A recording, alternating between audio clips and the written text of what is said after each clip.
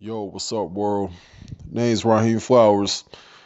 This time I'm coming with a video in this regards to the hip hop world and the so-called hip hop community.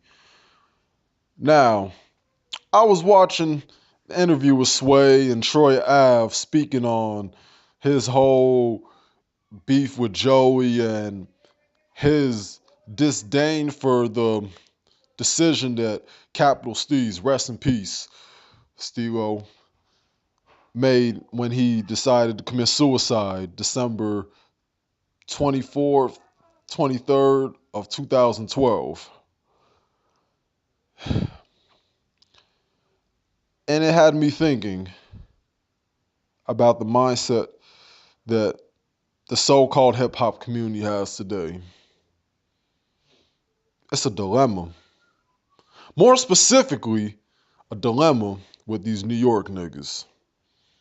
So you see, when I think about Joey Badass, Capital Steez, and the rest of Pro Era, I think about Troy Ave, I think about Flatbush Zombies, the Underachievers, Rat King, ASAP Mob, Dave East, and Troy Ave and the BSB Records and Bobby Shmurda and Designer, etc.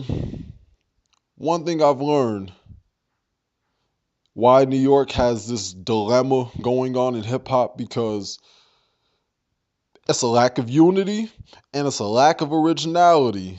And everything is just overly diverse and discombobulated in this so-called hip hop community. Now, let me explain why I said what I said about New York and its dilemma. It all started with 50 Cent, Curtis Jackson. Now, we all know 50's going with his money bankruptcy problems and he's going to have to tell it to the judge and all that, but this ain't just about that situation. But to look at it from a historical context, why New York is so disunified is because 50, he opened up Pandora's box and he decided to come at everybody from Big Pun and Fat Joe and the Terror Squad to Nas to Ja Rule, Jadakiss, etc. And 50 just became the pariah of hip hop, starting all these beefs, and he was that hot nigga coming out of New York, no pun intended. Bobby Shmurda. So now he was essentially the only one eating in New York. But before let's rewind a little bit. Before 50 started all this chaos in the hip hop industry, we have to think back when everybody tried to blackball and turn his back on him in New York and the East Coast. It even got to the point where 50 had to resort to going to a West Coast dude like Dr. Dre and a Midwest cat like Eminem.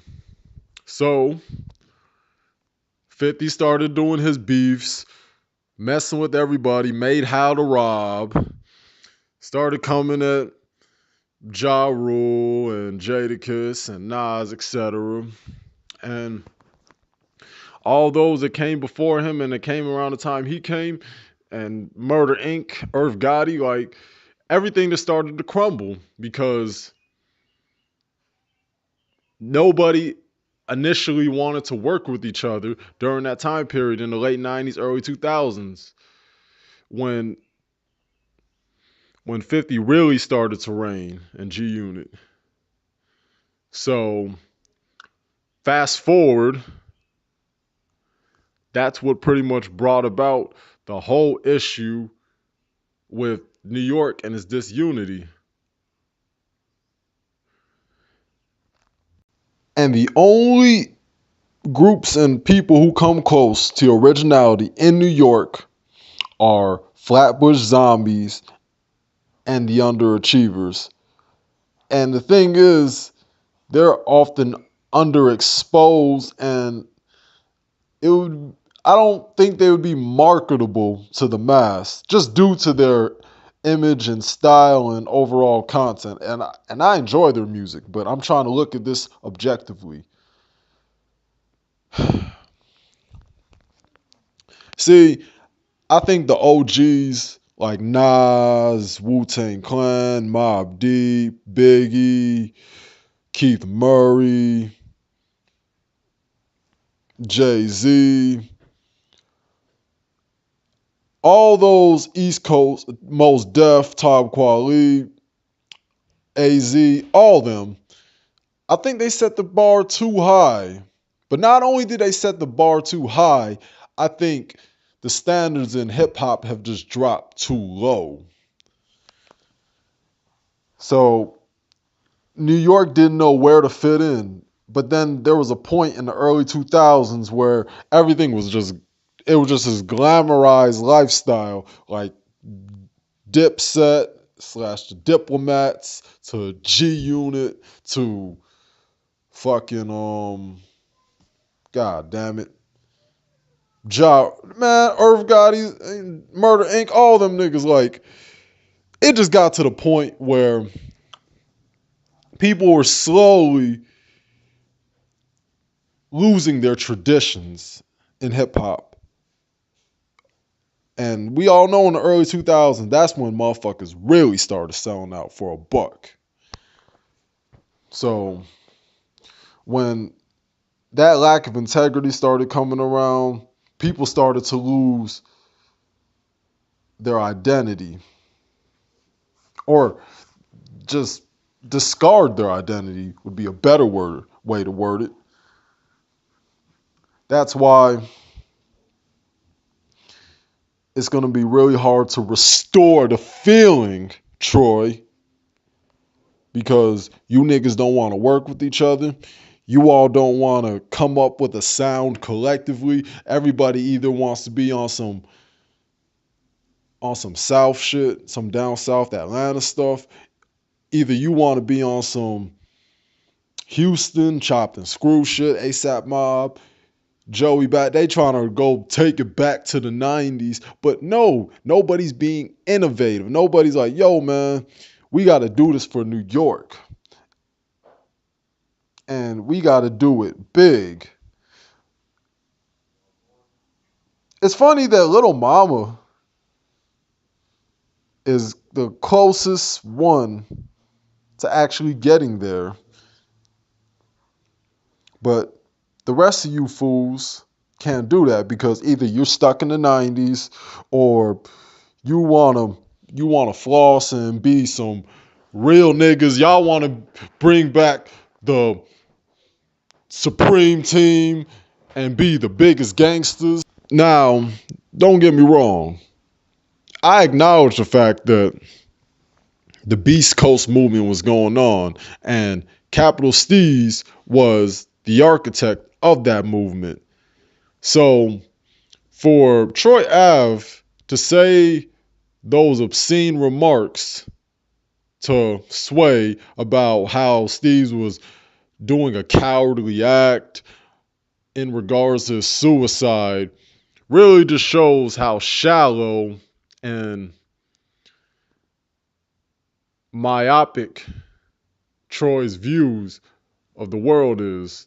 I mean, it's really hard to respect a man who can't even understand an internalized psychological issue going on, because suicide goes beyond just regular human comprehension, I believe. Anyhow, you have dudes like Designer sounding just like Future, going back to the point of lack of originality.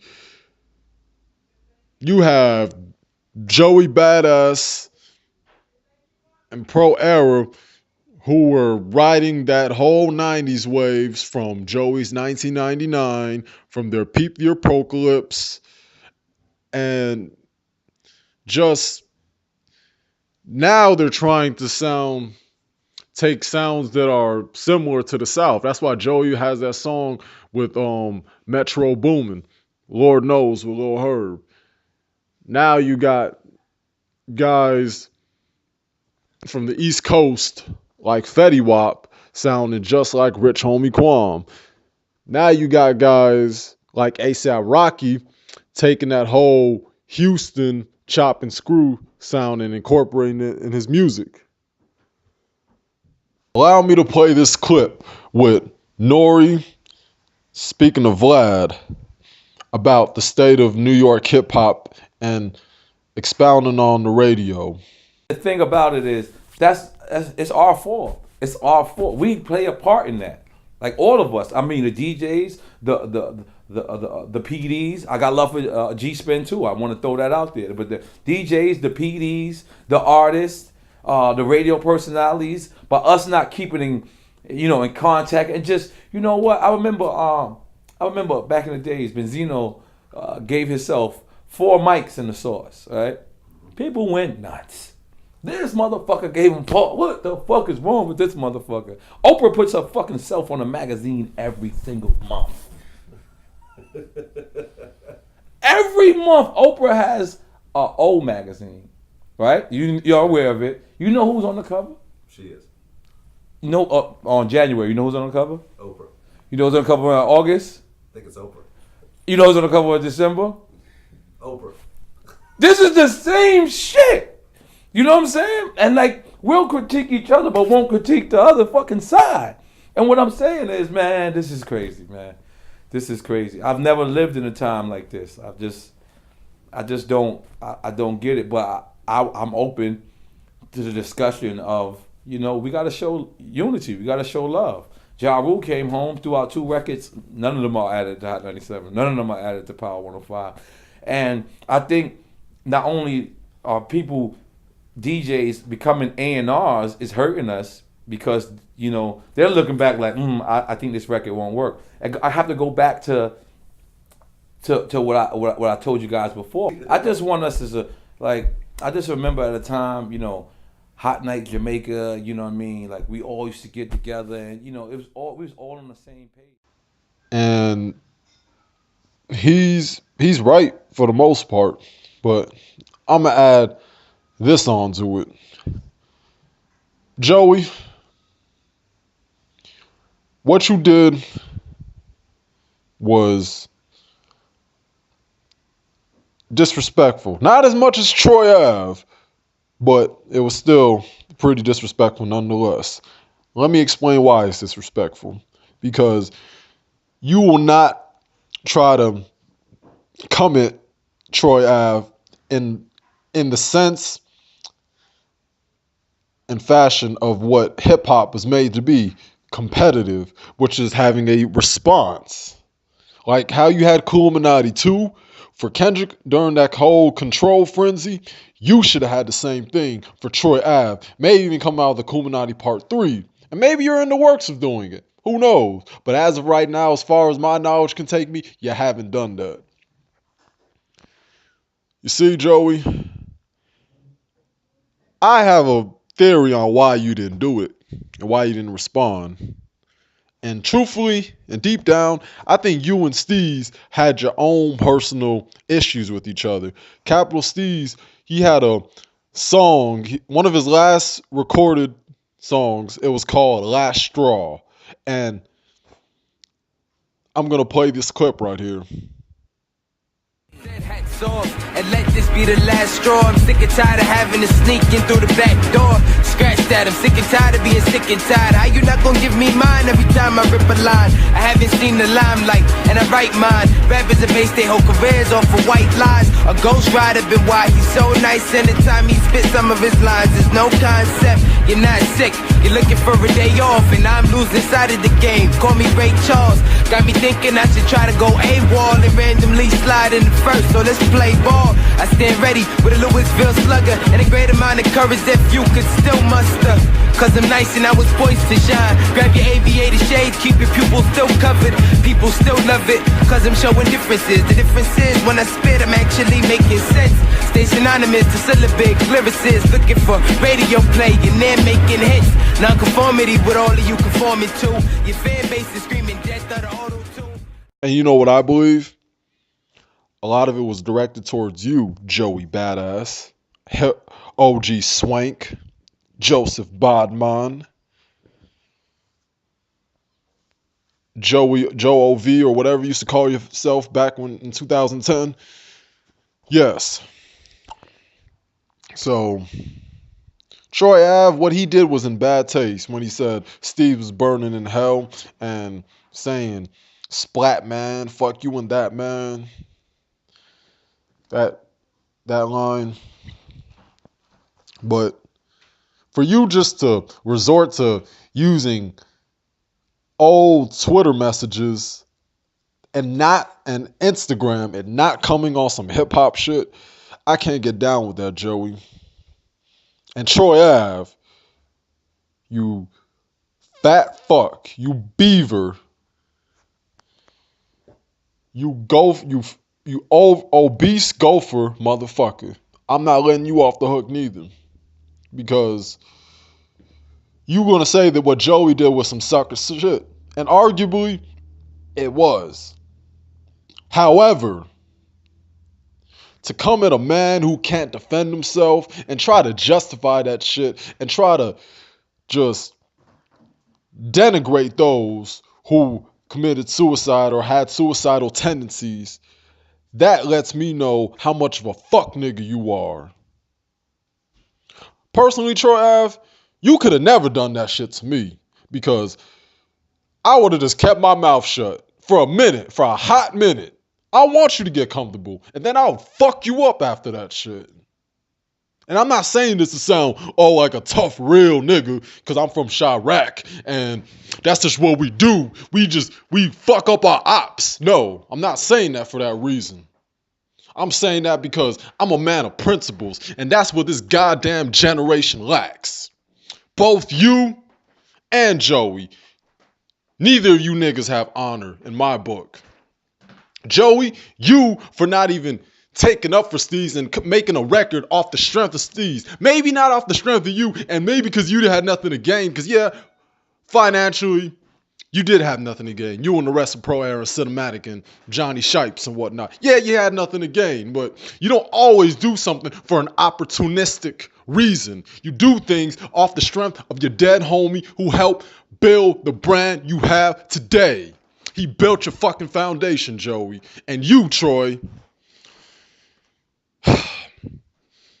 if one of these Pro Era niggas or ASAP 12 or somebody runs up on your ass, you can't call them a sucker. Because what you did was some straight up sucker shit. Coming at a man who can't even defend himself. Talk about this is what separates the real from the fake. Well, guess what? Real nigga. A real nigga wouldn't actually do that. A real nigga knows not to step those bounds. And before any motherfucker says, oh, what about when Jay-Z was dissing Nas and talking about Nas's baby mama and talking about his daughter?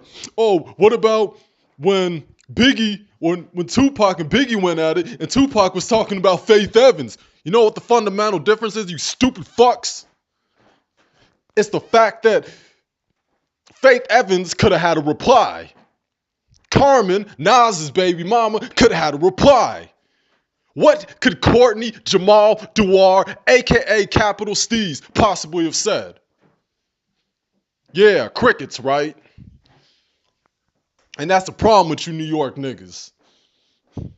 When you guys are finally doing something for each other, you finally are getting your name out there and you're in the process of monetizing and branding yourself, what do? You fuck it up.